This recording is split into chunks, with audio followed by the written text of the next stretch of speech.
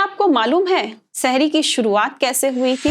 हजरत कैस बिन सिरमा रजी अल्लाह अन्हु एक मेहनती सहाबी थे। एक दिन वो रोजे की हालत में खेत में कड़ी मेहनत करके घर लौटे और अपनी बीवी से पूछा कि क्या खाने के लिए कुछ है। उनकी बीवी ने कहा, मैं कहीं से इंतजाम करके लाती हूँ।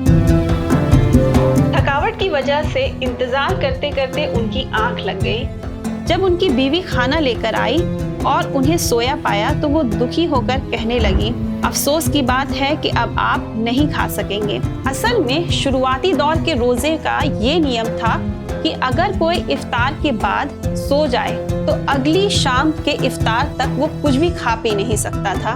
तो इस वजह से अगले दिन जब वो रोजे की हालत में काम पर गए, लेकिन दोपहर की तेज धूप और कमजोरी की वजह से वो बेहोश हो गए। जब ये बात अल्लाह के रसूल सल्लल्लाहु अलैहि वसल्लम को पता चली तो उन्हें बहुत दुख हुआ।